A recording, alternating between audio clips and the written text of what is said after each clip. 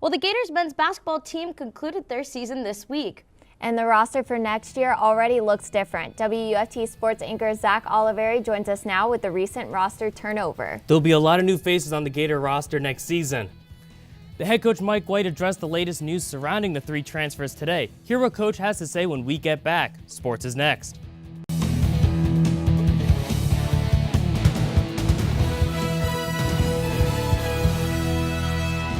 The season for Gator men's basketball ended just 4 days ago, and already we're looking ahead to next season. Welcome back to sports. I'm Zach Oliveri. Since Florida's loss in the round of 32, 3 members of the roster announced their intention to transfer. Guard Michael Carew and forwards Keith Stone and DeAndre Ballard have announced their departures from the program. Florida now has 4 available scholarships to offer. Head coach Mike White talks about how the team is planning to fill these spots on the roster.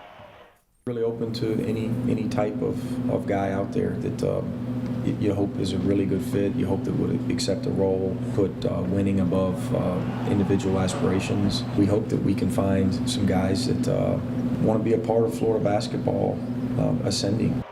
The Gators started that process today with the verbal commitment of 4-star center Jason Jitobo. He chose Florida over Tennessee and UCF. It's been a while, but the madness is back. The first set of games in the Sweet 16 tonight feature 3 teams Florida faced this year. In the West region, the 1-seed Gonzaga faces 4-seed Florida State in a rematch of last year's Sweet 16, where the Seminoles picked up the win. Following that game, 2-seeded Michigan battles the 3-seed Texas Tech. Moving over to the South region, the number 1 seed Virginia takes on the lowest seeded team in the Sweet 16 in number 12 Oregon. Then a matchup of 2 powerhouses. Number 2 seed Tennessee faces the 3rd seeded Purdue Boilermakers. The top track athletes in high school, college, and the pro ranks have descended on Gainesville for the Pepsi Florida Relays. The action started today and continues tonight with the men's javelin throw and both the men's and women's 5,000 meters. Events go on throughout the weekend at Presley Stadium. Opening day in Major League Baseball brings a new season and a fresh start for many players. One of those players is former Gator Mike Zunino, who has found his way back home to play pro ball. WFT's Rachel West has the homecoming story. He's going to be our leader, so that's kind of what I remember him. He's kind of Captain America, too. Ask 100 people about Mike Zunino, and odds are all 100 will describe him just like this. The former Gator catcher certainly made a positive impression on everyone he came across in Gainesville. And immediately following his college career, Zunino did the same thing during the 6 years he spent establishing himself as a major league catcher in Seattle. Got it. Mike Zunino just walked off Minnesota. He credits his success to his time in Gainesville. It was awesome. You know, I truly believe it was what shaped me as a player, what got me to the level I'm at now. Now, the Cape Coral native is bringing his talents back to his home state as one of the newest acquisitions of the Tampa Bay Rays. But so far, so good. The team's taking me in pretty well. You know, just trying to get to know these guys. So when the season rolls around, we can go in and, you know, just become one unit. Zunino is expected to fill the starting catching role on a team that's looking to build off a 90-win season.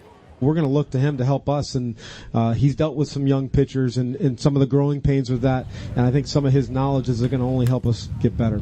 Zunino has been the guy behind the plate for close to a decade now, and those who have been members of his pitching staffs throughout the years are well aware of what he contributes to each game.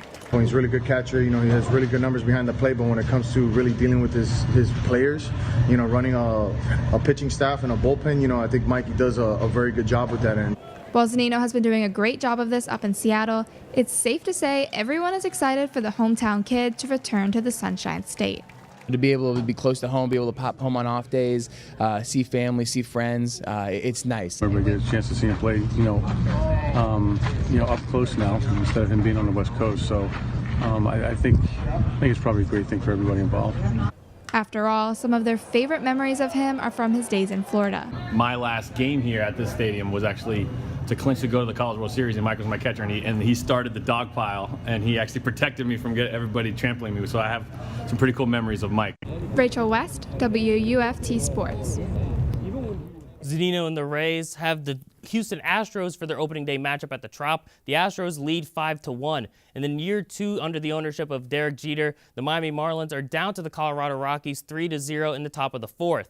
Then with the Atlanta Braves, they're in the city of brotherly love facing the Philadelphia Phillies and their new acquisition Bryce Harper. Things aren't going too well for the Braves. They're down 6-1 at the top of the 7th.